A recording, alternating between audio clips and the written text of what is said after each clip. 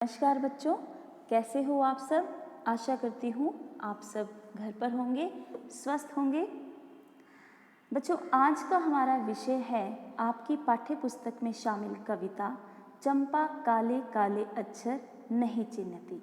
कवि का नाम है त्रिलोचन।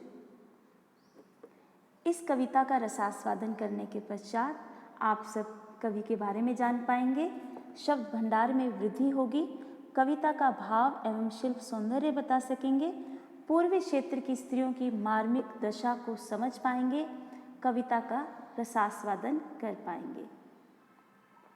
सबसे पहले कवि का संक्षिप्त परिचय। त्रिलोचन का जन्म उत्तर प्रदेश के सुल्तानपुर जिले के चिरानी पट्टी में सन 1917 में हुआ। इनका मूल नाम वासुदेव सिंह है। ये हिंदी साहित्य में प्रगतिशील काव्यधारा के प्रमुख कवि के रूप में प्रतिष्ठित है। इनका निधन 9 दिसंबर 2007 में हुआ। रचनाएं काव्य संग्रह है धरती, गुलाब और बुलबुल, दिगंत, ताप के ताए हुए दिन, शब्द, उस जनपद का कवि हूँ, अर्घान, तुम्हें सौंपता हूँ चैती, अमोला, मेरा घर, जीने की कला। गद्य संग्रह है देशकाल, रोजनामचा, काव्य और अर्थबोध, मुक्तिबोध की कविताएं। इसके अलावा हिंदी के अनेक कोशों के निर्माण में इनका महत्वपूर्ण योगदान है। कविता के बारे में जानने से पहले चलिए जानते हैं कि इस कविता में कवि की भावभूमि क्या है, कवि ने क्या हमें बताना चाहा है। चंपा काले काले अक्षर नहीं चिन्हती कविता धरती संग्रह में संकलित है। यह पलायन के लोक अनुभवों को मार्मिकता से अभिव्यक्त करती है।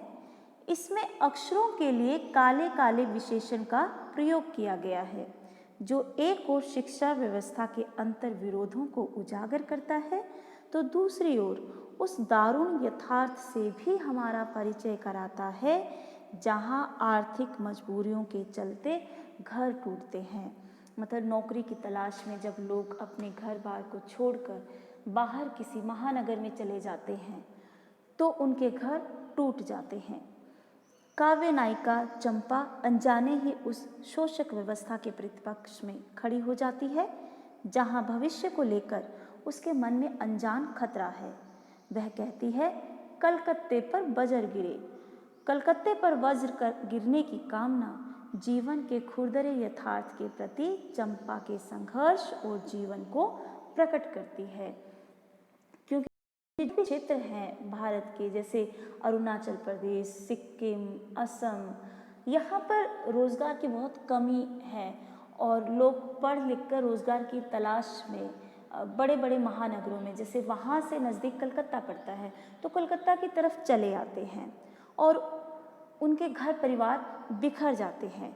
तो कैसे वहाँ की स्त्रियाँ संघर्ष करती हैं, तो उसी संघर्ष को, उसी सच्चाई को चंपा के माध्यम से इस कविता में पेश किया गया है।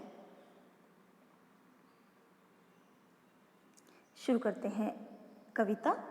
पहला काव्यांश है, चंपा काले काले अक्षर नहीं चिन्हती, मैं जब पढ़ने लगता हूँ वह आ जाती है, खड़ी खड़ी चुपचाप सुना करती है, उसे बड़ा अचरज होता है, इन काले चिन्हों से कैसे ये सब स्वर निकला करते हैं। शब्दार्थ, अक्षर, अक्षर, चिन्हती, पहचानती, अचरज, हैरानी, चिन्हों, अक्षरों। तो इस कविता में कवि ने पलायन के लोक अनुभवों को मार्मिकता से अभिव्यक्त किया है। गांव से शहर की तरफ जो पलायन करते हैं लोग, तो कवि चंपा नामक लड़की की निरक्षरता के बारे में बताते हुए कहता है कि चंपा काले काले अक्षरों को नहीं पहचानती। मतलब वह अनपढ़ है, उसे पढ़ना लिखना नहीं आता, उसे अक्षर ज्ञान नहीं है। जब कवि पढ़ने लगता है तो वह वहाँ आ जाती है। वह उसके द्वारा बोले गए अक्षरों को चुपचाप खड़ी खड़ी सुना करती है। उसे इस बात की बड़ी हैरानी होती है कि इन काले अक्षरों से ये सभी ध्वनियाँ कैसे निकलती हैं। वह अक्षरों के अर्थ से हैरान होती है। तो कवि कागज पर कुछ लिखता है और उसके बाद जब उसको पढ़ता है तो उसके मुख से कुछ ध्वनियाँ निकलती हैं, स्वर निकलते हैं। तो चंपा को हैरानी होती है कि इन काले अक्षरों से भी कुछ ध्वनियाँ कैसे निकल सकती हैं। तो काव्य सौंदर्य अर्थात कविता की सुंदरता का वर्णन करना, और इसमें हम दो बातें बताते हैं, एक तो भाव सौंदर्य और एक शिल्प सौंदर्य। भाव और शिल्प दोनों को मिलाकर बनता है काव्य सौंदर्य। भाव में कवि का भाव क्या है, क्या अर्थ है उसका, और शिल्प में भाषा, अलंकार, मुहावरे, रस, बिंब, ये सब बातें आ जाती हैं। तो निरक्षर व्यक्ति की हैरानी का बिंब सुंदर है। काले काले खड़ी खड़ी में पुनरुक्ति प्रकाश अलंकार है। ग्राम्य भाषा का सुंदर प्रयोग है। सरल व सुबोध खड़ी बोली है। मुक्त छंद होते हुए भी लय है। सब स्वर में सवर्ण की आवृत्ति के कारण अनुप्रास अलंकार है। दूसरा काव्यांश, चंपा सुंदर की लड़की है, सुंदर ग्वाला है, गायें भैंसे रखता है। चंपा चौपायों को लेकर चरवाही करने जाती है। चंपा अच्छी है, चंचल है, न ट ख ट भी है। कभी कभी उधम करती है, कभी कभी वह कलम चुरा देती है। जैसे तैसे उसे ढूंढ कर जब लाता हूँ, पाता हूँ अब कागज गायब, परेशान फिर हो जाता हूँ। शब्दार्थ, ग्वाला गाय चराने वाला, चौपाया चार पैरों वाले पशु यानी गाय, भैंस आदि, चरवाही पशु चराने का काम, चंचल चुलबुला, नटखट शरारती, उधम तंग करने वाली हरकतें करना, गायब गुम हो जाना। तो इस काव्यांश में कवि हमें चंपा के परिवार के बारे में बताता है, चंपा के स्वभाव की विशेषताएं बताता है। कवि चंपा के विषय में बताता है कि वह सुंदर नामक ग्वाले की लड़की है, वह गाय भैंसे रखता है। चंपा उन सभी पशुओं को प्रतिदिन चराने के लिए लेकर जाती है, अर्थात वह बहुत काम भी करती है। वह बहुत अच्छी है तथा चंचल है, वह शरारतें भी करती है। कभी कभी वह कवि की कलम चुरा लेती है। कवि किसी तरह उस कलम को ढूंढ कर लाता है तो उसे पता चलता है कि अब कागज गायब हो गया। कवि इन शरारतों से परेशान हो जाता है। मतलब मेहनती होने के साथ साथ चंपा शरारती भी है, चंचल भी है, चुलबुली भी है। काव्य सौंदर्य, चंपा के परिवार व उसकी शरारतों के बारे में बताया गया है। ग्रामीण जीवन का चित्रण है। ग्रामीण जीवन मतलब गांव का जो जीवन होता है। सहज व सरल खड़ी बोली है। मुक्त छंद है। कभी कभी में पुनरुक्ति प्रकाश अलंकार है और अनुप्रास अलंकार का भी प्रयोग किया गया है। तीसरा काव्यांश, चंपा कहती है, तुम कागज ही गोदा करते हो दिन भर, क्या यह काम बहुत अच्छा है। यह सुनकर मैं हंस देता हूँ। फिर चंपा चुप हो जाती है। उस दिन चंपा आई, मैंने कहा कि चंपा तुम भी पढ़ लो, हारे गाढ़े काम सरेगा। गांधी बाबा की इच्छा है सब जन पढ़ना लिखना सीखे। चंपा ने यह कहा कि मैं तो नहीं पढ़ूंगी, तुम तो कहते थे गांधी बाबा अच्छे हैं, वे पढ़ने लिखने की कैसे बात कहेंगे, मैं तो नहीं पढ़ूंगी। शब्दार्थ, कागज मतलब कागज, गोदना लिखते रहना, हारे गाढ़े काम सरेगा कठिनाई में काम आएगा, जन आदमी। तो कवि कहता है कि चंपा को काले अक्षरों से कोई संबंध नहीं है। वह कवि से पूछती है कि तुम दिन भर कागज पर लिखते रहते हो, क्या यह काम तुम्हें बहुत अच्छा लगता है। उसके नज़र में लिखने के काम की कोई महत्ता नहीं है, क्योंकि वह अनपढ़ है, वह शिक्षा का महत्व नहीं समझती। उसकी बात सुनकर कवि हंसने लगता है और चंपा चुप हो जाती है। एक दिन चंपा आई तो कवि ने उससे कहा कि तुम्हें भी पढ़ना सीखना चाहिए, मुसीबत के समय तुम्हारे काम आएगा। वह महात्मा गांधी की इच्छा को भी बताता है। गांधी जी की इच्छा थी कि सभी आदमी पढ़ना लिखना सीखें। चंपा कवि की बात का उत्तर देती है कि वह नहीं पढ़ेगी। आगे कहती है कि तुम तो कहते थे कि गांधी जी बहुत अच्छे हैं, फिर वे पढ़ाई की बात क्यों करते हैं? चंपा महात्मा गांधी की अच्छाई या बुराई का मापदंड पढ़ने की सीख से लेती है, वह न पढ़ने का निश्चय दोहराती है। तो उस समय गांधी जी का बहुत अधिक प्रभाव था, लोग गांधी जी की बात को टालते नहीं थे। इसलिए कवि ने गांधी जी का उदाहरण देकर, गांधी जी का नाम लेकर कहा कि गांधी जी चाहते हैं कि सभी लोग पढ़ना लिखना सीखें, सब लोग शिक्षित हो। लेकिन चंपा कहती है, क्योंकि उसका मानना है कि पढ़ने लिखने से घर टूट जाते हैं, क्योंकि घर का पुरुष पढ़ लिख कर महानगरों में चला जाता है, परिवार बिखर जाते हैं और इसमें तो कोई अच्छी बात नहीं है। तो गांधी जी बुरी बात नहीं कह सकते, क्योंकि पढ़ने लिखने से घर टूटते हैं और इसमें बुराई है, और गांधी जी बहुत अच्छे हैं, वो ऐसी बुरी बात कभी नहीं कहेंगे। और वो कहती है कि मैं नहीं पढ़ूंगी। काव्य सौंदर्य निरक्षर व्यक्ति की मनोदशा का सुंदर चित्रण है। शिक्षा के प्रति समाज का उपेक्षा भाव स्पष्ट है। संवाद शैली है, क्योंकि ऐसा लगता है जैसे कवि और चंपा आपस में बात कर रहे हो नाटकीय अंदाज में। ग्रामीण जीवन का सटीक वर्णन है। देशज शब्दावली युक्त खड़ी बोली है। चंपा चुप तुम तो में अनुप्रास अलंकार है। हारे गाढ़े काम सरेगा मुहावरे का प्रयोग किया गया है। मुक्त छंद है। अगला काव्यांश, मैंने कहा चंपा पढ़ लेना अच्छा है, ब्याह तुम्हारा होगा, तुम गौने जाओगी, कुछ दिन बालम संग साथ रह चला जाएगा जब कलकत्ता, बड़ी दूर है वह कलकत्ता, कैसे उसे संदेशा दोगी, कैसे उसके पत्र पढ़ोगी, चंपा पढ़ लेना अच्छा है। शब्दार्थ, ब्याह शादी, गौने जाना ससुराल जाना, बालम पति, संग साथ संदेशा संदेश।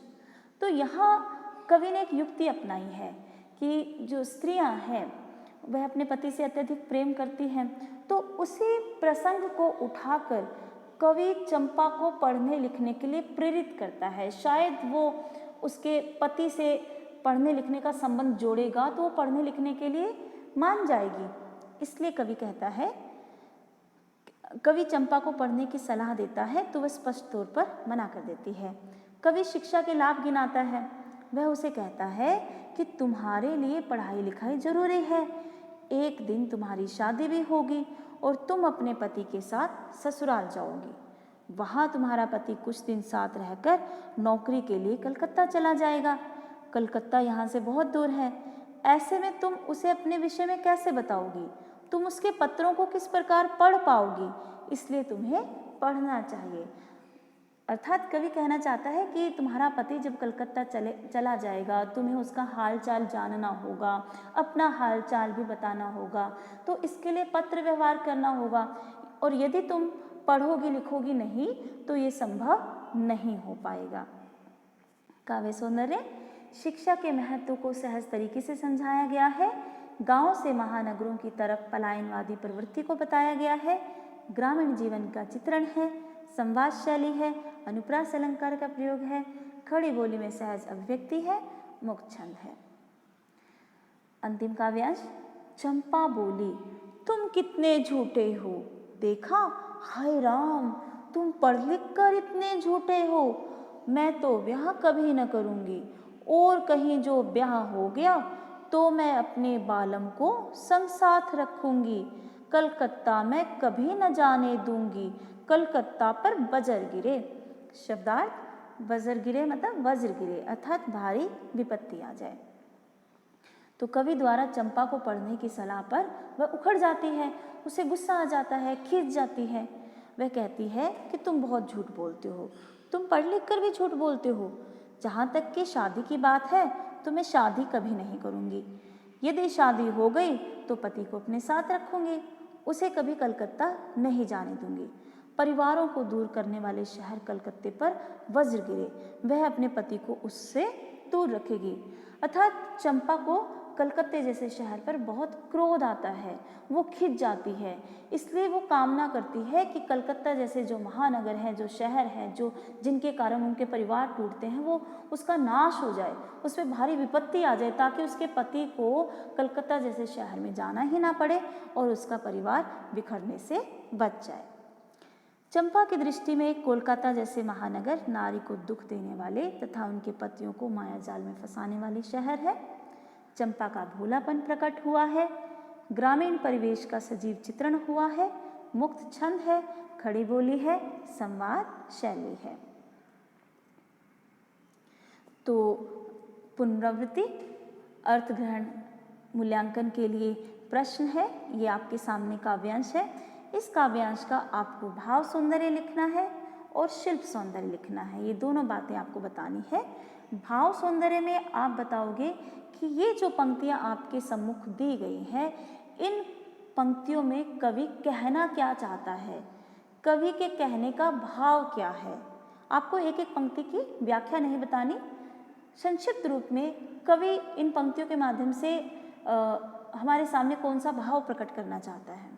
और शिल्प सौंदर्य में जैसा कि मैंने आपको बताया था, भाषा, अलंकार, रस, छंद, मुहावरे, बिंब, इन सब बातों को शिल्प सौंदर्य में आपको लिखना है। ये आपका गृह कार्य है।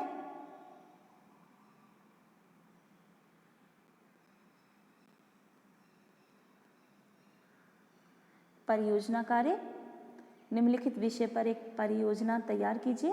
भारत के पूर्वी क्षेत्र, सामाजिक, आर्थिक और सांस्कृतिक विशेषताएं, मतलब भारत के जितने भी पूर्वी क्षेत्र हैं उन सबको आप लेकर वहाँ की सामाजिक पृष्ठभूमि कैसी है, वहाँ का समाज कैसा है, वहाँ की आर्थिक स्थिति कैसी है, वहाँ की संस्कृति कैसी है, वहाँ के रीति रिवाज कैसे हैं, इन सब के बारे में आपको एक परियोजना तैयार करनी है।